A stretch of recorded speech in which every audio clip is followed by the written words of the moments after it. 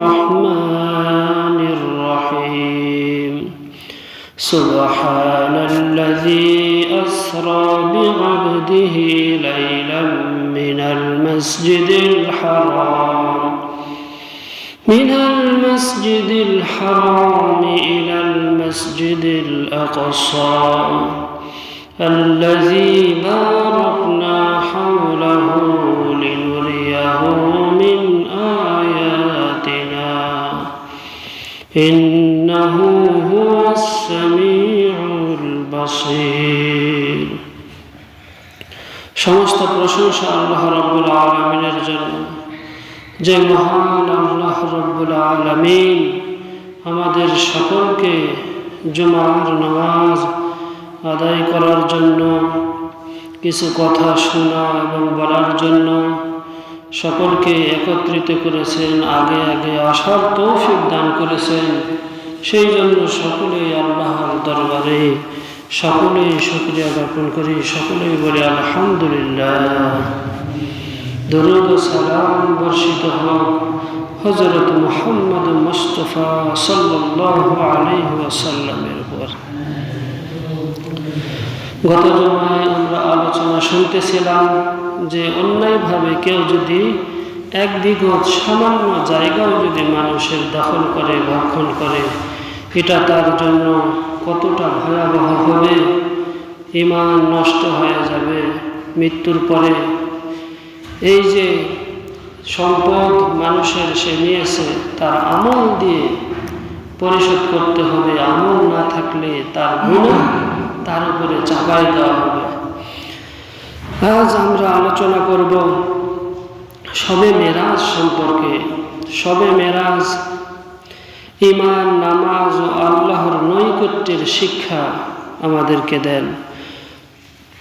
আল্লাহ তাআলা অশেষ রহমতে আজ আমরা এমন একটি বরকতময় ঘটনার আলোচনা করব, যে ঘটনাটি ইসলামের ইতিহাসে অলৌকিক ও অনন্য,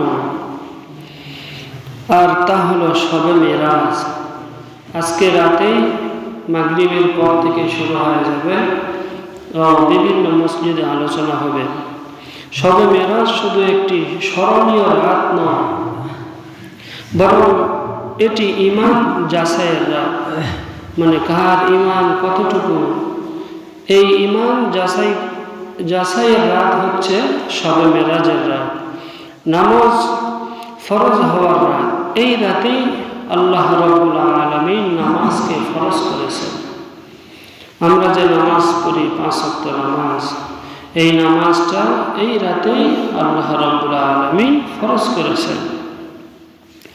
এবং বান্দার সাথে আল্লাহর সরাসরি সম্পর্কের ঘোষণা এই রাতে।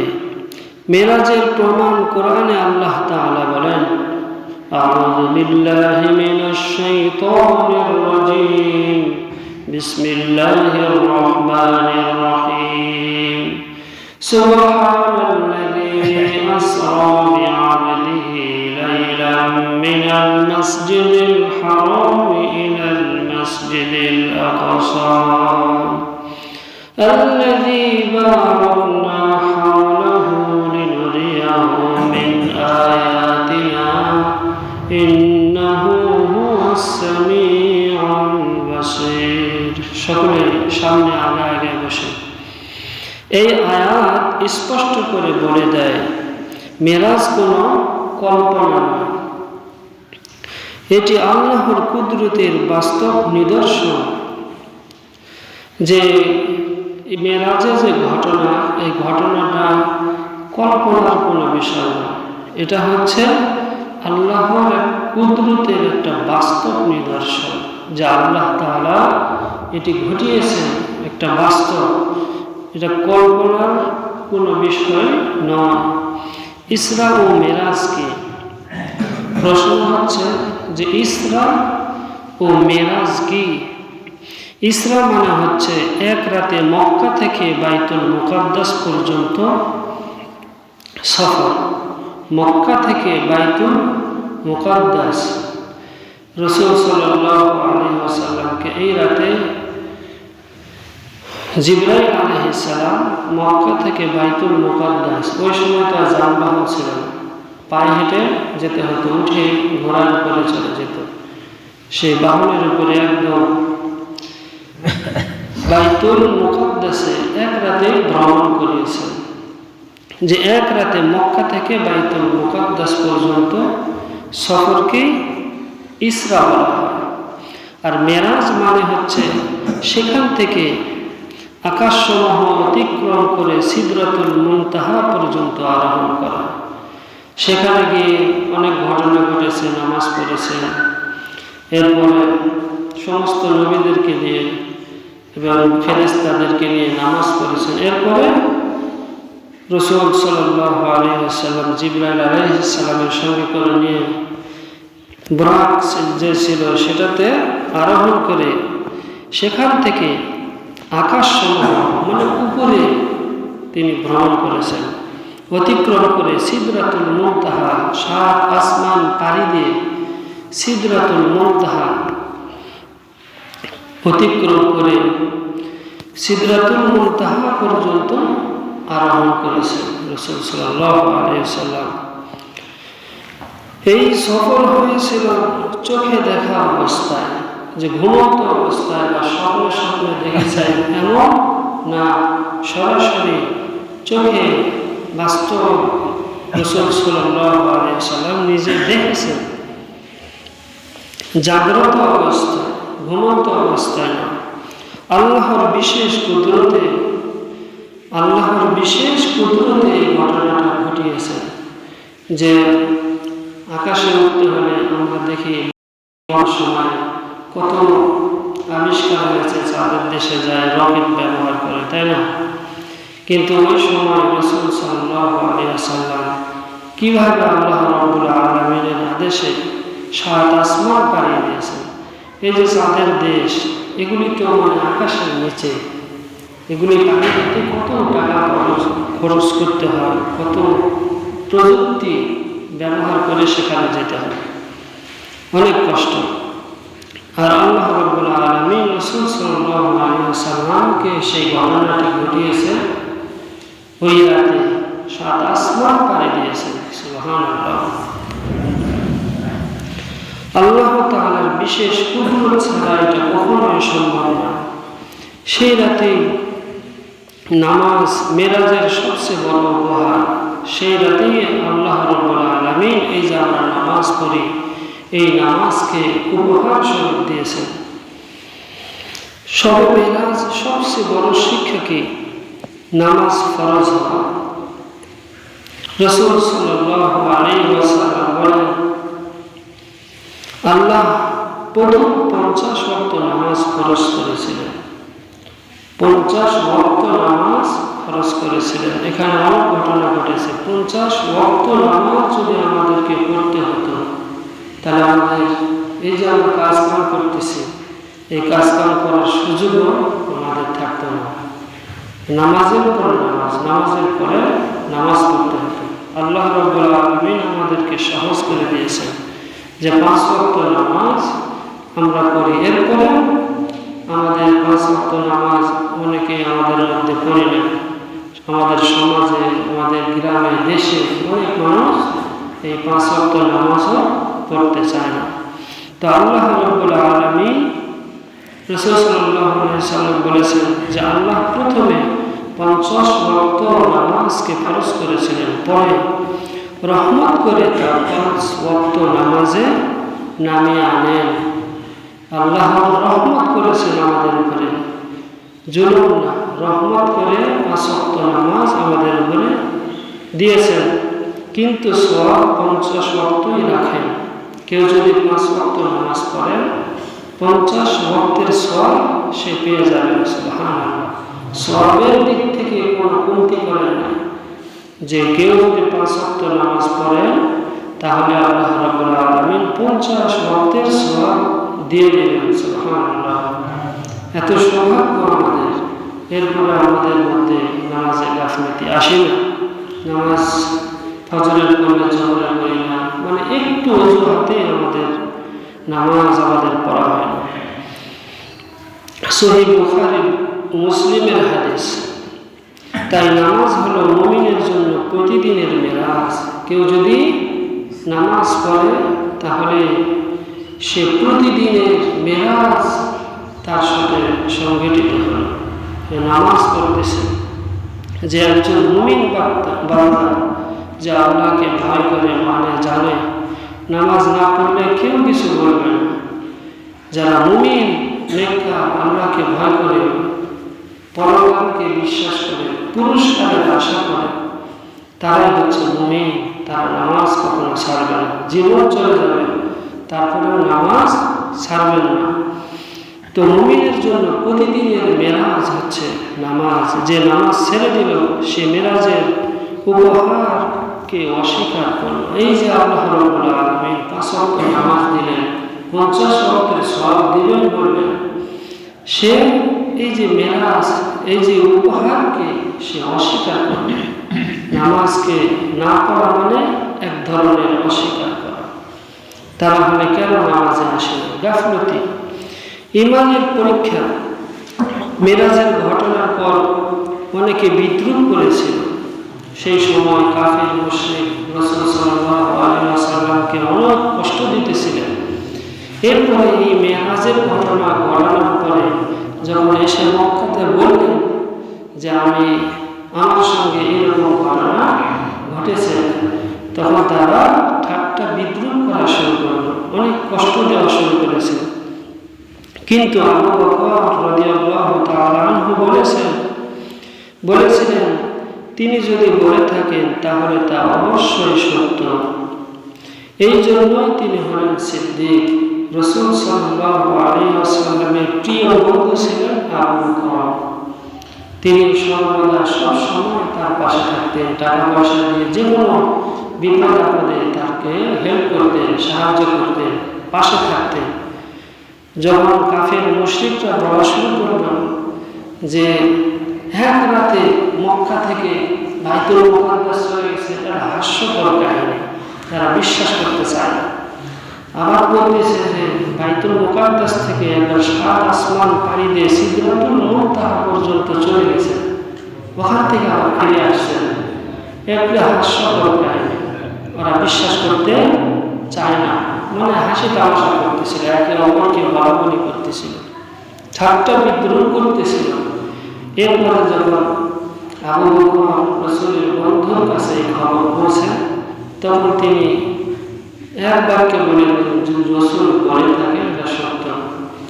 কারণ রাসূলের কাছে সরাসরি আল্লাহর পক্ষ থেকে ওহী আসে, কোরআন নাযিল হয়, আর এটা কোনো অবাস্তব কিছু না। রাসূল যদি বলে থাকেন তাহলে এটা সত্য।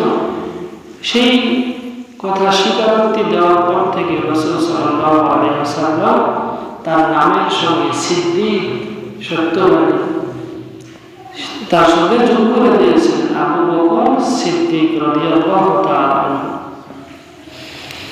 তিনি যদি বলে থাকেন তাহলে তা সত্য। এই জন্যই তিনি হলেন সিদ্দিক। সবে মেরাজ আমাদের শেখায় ঈমান মানে যুক্তি নয়, ঈমান মানে আল্লাহ রাসূলের কথা নিঃস্বার্থভাবে মেনে নেওয়া। ঈমান একজন বিশ্বাসী যে রাসূলের সঙ্গে এই ঘটনাটি ঘটেছে, আল্লাহ রাব্বুল আলামিন একজন ঈমানদার সে বিশ্বাস করবে, যেমন আবু বকর সিদ্দিক রাদিয়াল্লাহু তাআলা আনহু বিশ্বাস করেছিলেন। কিয়ামত পর্যন্ত যখন মানুষ আসবে, মৃত্যুবরণ করবে, রাসূলের উম্মত হবে, তারা সকলে এক বাক্যে এটা বিশ্বাস করতে হবে। না বিশ্বাস করলে তার ঈমান থাকবে না। মেরাজে দেখা জান্নাত ও জাহান্নাম। মেরাজে গিয়ে রাসূল সাল্লাল্লাহু আলাইহি ওয়াসাল্লাম জান্নাত এবং জাহান্নাম ভ্রমণ করেছেন, নিজ চোখে দেখেছেন। সুবহানাল্লাহ। রাসূল সাল্লাল্লাহু আলাইহি ওয়াসাল্লাম মেরাজে জান্নাত দেখেছেন, জাহান্নাম দেখেছেন। তিনি এমন লোকদেরকে দেখেছেন যারা নামাজে অলস ছিল, জাহান্নামে ভ্রমণ করছেন। জিবরাইল আলাইহিস সালাম দেখিয়েছেন, জিজ্ঞাসা করেছেন যে এই লোকগুলি জাহান্নামে যে চলতেছে, এই লোকগুলি কারা? যারা নামাজে অলসতা করত, নামাজ আসতেছে বের হয়ে যাচ্ছে। মানে নামাজের জন্য তৎপর থাকতে হবে, সব সময় নামাজের জন্য প্রস্তুত থাকতে হবে। নামাজের অলস ছিল, আর যারা নামাজ না পড়ে তাদের কি ভয়াবহ অবস্থা হবে। নামাজ পড়তেই হবে, আর যদি অলসতা হয়ে থাকে সেই লোকগুলিকেও কোথায় দিয়েছেন? যে জাহান্নামে। রাসূলকে দেখিয়েছেন যারা নামাজে অলস ছিল, যারা হারাম উপার্জন করত। হালাল ভাবে উপার্জন করলে যদিও টাকা পয়সা কম হয়, কিন্তু এটার মধ্যে অনেক বরকত থাকে। অন্যের টাকা পয়সা সম্পদ তার সম্পদের মধ্যে থাকে না, এই সম্পদটার মধ্যে আল্লাহ রাব্বুল আলামিন অনেক বরকত দেন, আর সে খেয়ে শান্তি পায়। আর যখনই হারাম উপার্জন হবে, টাকা ধন সম্পদ এগুলি বেশি দেখবে, দেখা যায় কিন্তু ভিতরে কোনো শান্তি নেই, অশান্তিতে ভুগবে দুনিয়াতে। এবং রাসূল বলতেছেন যারা হারাম উপার্জন করেছিল তাদেরকে রাসূল সাল্লাল্লাহু আলাইহি ওয়াসাল্লাম জাহান্নামে দেখেছেন। এই জন্য আমাদের সমাজে কোনোভাবেই হারামভাবে যে কোনো ক্ষেত্রে উপার্জন, ব্যবসা করি, চাকরি করি, সব কৃষি কাজ করি, সব ক্ষেত্রে হালাল হারাম আছে। অন্যায়ভাবে মিথ্যা কথা বলে যে কোনো উপার্জন করলে হারাম হয়ে যাবে। মানুষকে ঠকিয়ে টাকা উপার্জন করলে হারাম হয়ে যাবে। এই জন্য প্রত্যেকে হারাম থেকে বেঁচে থাকতে হবে। যারা সুদ খেত, সুদ খাওয়া ব্যক্তি, সে নাকে তেল দিয়ে ঘুমাবে, মাস শেষে টাকা যাবে। যাকে টাকা দিল সে পাগলের মতো খাটাখাটি করবে পুরো মাস, আর যিনি টাকা দিয়েছেন মাস শেষে বলবে যে বারোটা। নাউজুবিল্লাহ, এটা আল্লাহ পছন্দ করেন না। ব্যবসা করে না, ব্যবসা লাভ দিয়ে খান। টাকা খাটায় একজন কাজ করবে আর একজন নাকে তেল দিয়ে ঘুমাবে, মাস শেষে বলবে যে টাকা দেয়। সে টাকাটা নিয়ে তার ব্যবসার মধ্যে, তার কাজের মধ্যে লস হয়ে যেতে পারে। সে লসের দায়ভার কে নেবে? সে তো নেবে না, সে শুধু টাকা চায়। এই জন্য হারাম উপার্জন করা যাবে না এবং সুদ খাওয়া যাবে না। সুদ দেওয়া এবং নেওয়া উভয়টাই হারাম। মানুষ বিপদে পড়ে তখন মানুষ অন্যের দ্বারস্থ হয়, টাকা চায় যে ভাই আমি, আমার ছেলে অসুস্থ, আমার গাড়ি কিনতে হবে, পরিবারকে চালাইতে পারতেছি না, আমাকে টাকা দেন। ওই সুযোগটা যারা সুদখোর তার কাজে লাগায়, তারা টাকা দেয়। আর যিনি কর্ম করে, কাজ করে, আর তার কাছ থেকে সে মাস শেষে টাকা দেবে। নাউজুবিল্লাহ। তো রাসূল সাল্লাল্লাহু আলাইহি ওয়াসাল্লাম মেরাজে গিয়ে যারা সুদখোর তাদেরকে দেখেছেন, যারা ব্যভিচারে লিপ্ত ছিল, জেনা ব্যভিচার সমাজে, দেশে কত খবর পত্রিকায়, অনলাইনে দেখা যাচ্ছে। আল্লাহ হেফাজত করুন। নিজের চরিত্রকে হেফাজত করতে হবে। নিজের চরিত্রকে হেফাজত করলে আল্লাহ রাব্বুল আলামিন তাকে জান্নাত দিবেন। আর যদি চরিত্র যদি হেফাজত না করে ব্যভিচারে লিপ্ত হয়, তাহলে রাসূল দেখে আসছেন, এটা মুখে কোনো গল্প নয়, শুনে কোনো কথা বলে না, নিজে সরাসরি মেরাজে গিয়ে সাত আসমানের উপরে জিবরাইল আলাইহিস সালামের সঙ্গে ঘুরে ঘুরে নিজ চোখে দেখে এসে বলেছেন যারা ব্যভিচারে লিপ্ত হবে তারা জাহান্নামে জ্বলতেছে। এই জন্য ব্যভিচার করা যাবে না। অর্থাৎ মেয়েরা শুধু সম্মান নয়, এটি সতর্ক বার্তা। রাসূলকে নিয়ে গেলেন একটা সম্মানের বিষয়, শুধু সম্মানই দেননি এবং সতর্ক করেছেন, উম্মতকে বলেছেন যে আমি এই জিনিস দেখে আসলাম, এগুলি যেন আমার উম্মতের মধ্যে এগুলি যেন না হয়। শবে মেরাজ থেকে আমাদের করণীয়, শবে মেরাজ পালন মানে শুধু আনন্দ হবে না। দেখা যায় সমাজে বিভিন্ন মাজারে দেখবেন যে আলো উজ্জ্বল করতেছে, মোমবাতি জ্বালাইতেছে, অনেক ধরনের বাতি, এগুলি নিষেধ, এগুলি করা যাবে না। মিষ্টি খাওয়া, দেখবেন যে এই রাত উপলক্ষে কত ধরনের মিষ্টি বিতরণ, খাওয়া দাওয়া, এগুলি নিয়ে ব্যস্ত হয়ে পড়ে। কিন্তু এগুলিও করতে নিষেধ করা হয়েছে। গল্প শোনা, দেখবেন যে রাতে কত ধরনের গল্প, মানুষ গল্প গুজব করে সারা রাত কাটাই দিতেছে, এগুলিও করা যাবে না। বরং সবে মেরাজের শিক্ষা হলো 5 ওয়াক্ত নামাজ ঠিক করা। আমি নামাজ পড়তেছি, আমরা যদি নামাজ পড়ি, নামাজের মধ্যে সূরা কেরাত ঠিক করতে হবে, এগুলি কি আমার ঠিক আছে কিনা, যদি না থাকে আমাকে শিখতে হবে। কোথায় শেখানো হইতেছে সেখানে যেতে হবে, সময় দিতে হবে, খুঁজে বের করে শিখতে হবে। যে নামাজকে ঠিক করা, নামাজের রুকু সিজদা এবং যা যা করতে হয় এগুলি ঠিক করতে হবে। গুনাহ ছাড়ার সিদ্ধান্ত নেওয়া, যত ধরনের গুনাহ আছে, এই যে গুনাহ হলো সুদ খাওয়া, জেনা ব্যভিচার করা, যত ধরনের কথা বলা হলো, এগুলি থেকে বিরত থাকতে হবে। গুনাহ ছেড়ে দেওয়ার পরিকল্পনা করতে হবে যে আজ থেকে আমি আর এই সমস্ত গুনাহের কাজ আর করব না। আল্লাহর নৈকট্য লাভের চেষ্টা করা, শুধু গুনাহ ছেড়ে দিলাম, গ্রামে শহরে ঘুরে বেড়ালাম তা না। আল্লাহর নৈকট্য কিভাবে অর্জন হয়, শেষ রাতে ওঠা, তাহাজ্জুদ নামাজ পড়া, আল্লাহর কাছে চাওয়া, নিজের গুনাহ মাফ, যে আমি ভুল করেছি, আমি আপনার নৈকট্য লাভ করতে চাই। যেই কাজ যেইভাবে চললে আপনি আমার খুশি হবেন, আমার পরিবার পরিজন, আত্মীয় স্বজন, পুরা প্রতিবেশী সন্তুষ্ট থাকবে, খুশি থাকবে, আপনি খুশি থাকবে, মানুষ আমার উপর সন্তুষ্ট থাকবে, আমি যেন সকলের কাছে প্রিয় হই আল্লাহর জন্য। আল্লাহর নৈকট্য অর্জন করতে গেলে সমাজের মধ্যেও আপনাকে ভালো হতে হবে।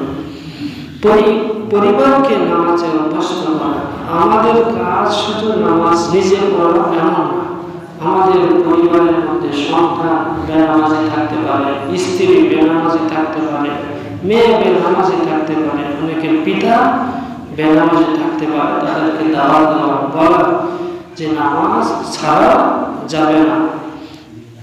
আল্লাহ তাআলা বলেন, ওয়া'মুর আহলাকা বিস-সালাতি ওয়াসতাবির আলাইহা। মেরাজ আমাদের ডাকছে যে হে বান্দা, তুমি কি দিনে 5 ওয়াক্ত 5 বার আল্লাহর কাছে পড়তে প্রস্তুত? যদি প্রস্তুত থাকি নামাজ কায়েম করি, নচেৎ মেরাজ আমাদের বিরুদ্ধে সাক্ষী হবে।